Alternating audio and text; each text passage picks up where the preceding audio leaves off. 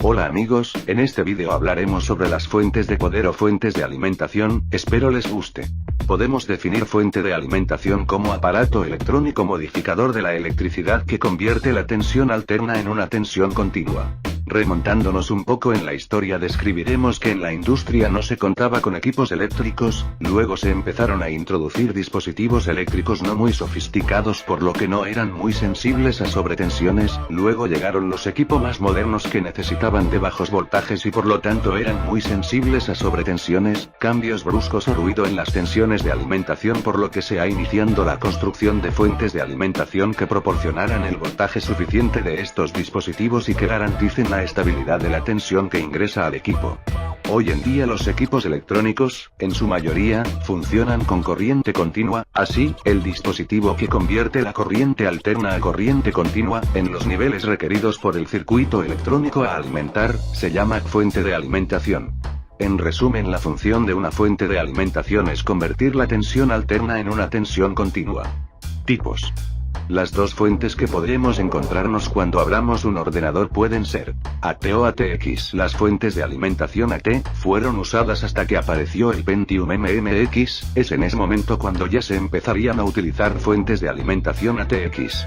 Las características de las fuentes AT son que sus conectores a placa base varían de los utilizados en las fuentes ATX, y por otra parte, quizás bastante más peligroso, es que la fuente se activa a través de un interruptor, y en ese interruptor hay un voltaje de 220 V, con el riesgo que supondría manipular el PC. La potencia de las fuentes de poder es manejada en watts, y entre más watts más poder tienen, ojo, pero no porque solo necesitemos, por ejemplo 400 watts y tengamos una de 600 desperdiciamos esos 200, solo usa la necesaria.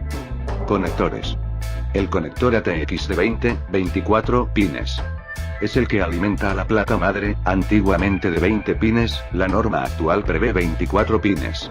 Casi siempre está compuesto de un bloque de 20 pines, al que podemos agregar un bloque de 4 pines. Esto a fin de respetar la compatibilidad con las antiguas placas con conectores de 20 pines. El conector ATX-P4. Este conector, llamado ATX-P4 o también ATX de 12 volts, fue introducido por Intel para las Pentium 4, se conecta a la placa madre y es reservado exclusivamente a la alimentación del procesador, sin él es imposible iniciar el PC. En la actualidad la mayoría de placas madres poseen 8 pines, debido al aumento de la potencia del CU. En las últimas normas de fuentes de alimentación, esto se traduce en el uso de un conector de 8 pines, llamado a veces H12V, compuesto de dos bloques de 4 pines, para garantizar la compatibilidad con las placas antiguas y el clásico ATX-P4. El conector tipo Molex.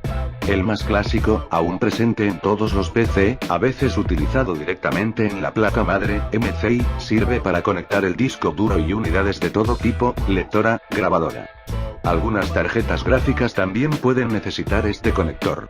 Podemos encontrar sin dificultad adaptadores Molex SATA si es necesario.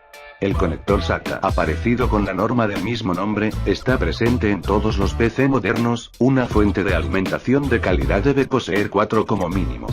Básicamente sirve para la alimentación de discos duros y grabadoras bajo la norma SATA.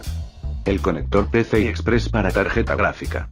La potencia de las tarjetas gráficas no para de aumentar, muchas de ellas necesitan en la actualidad una fuente de alimentación directa del bloque principal, a veces incluso dos. Es la función de este conector. Inicialmente de 6 pines, cada vez más los podemos encontrar de 8. Si piensas comprar una tarjeta gráfica potente, toma en cuenta este punto. La alimentación deberá disponer al menos de 2 conectores PCI Express, al menos uno de ellos de 6-8 pines como el de la foto. Si tu fuente de alimentación no dispone de conectores de 8 pines, existen adaptadores de 6 a 8 pines. De igual modo existen adaptadores de Molex a PCI Express si no dispones de uno en tu fuente de alimentación.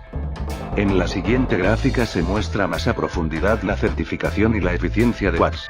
Sabiendo esto, los precios también varían, y estos varían según los watts que se necesiten, si es de marca o no, si es modular, semimodular o no modular. Esto de no modular quiere decir que no vienen cables añadidos a ella y solo se conecta el cable que necesites, si requieres 4 cables, solo 4, si requieres 3 solo 3. Y bueno, eso fue todo amigos, espero les haya gustado. No olviden dejar un comentario, darle like y suscribirse. Hasta la próxima.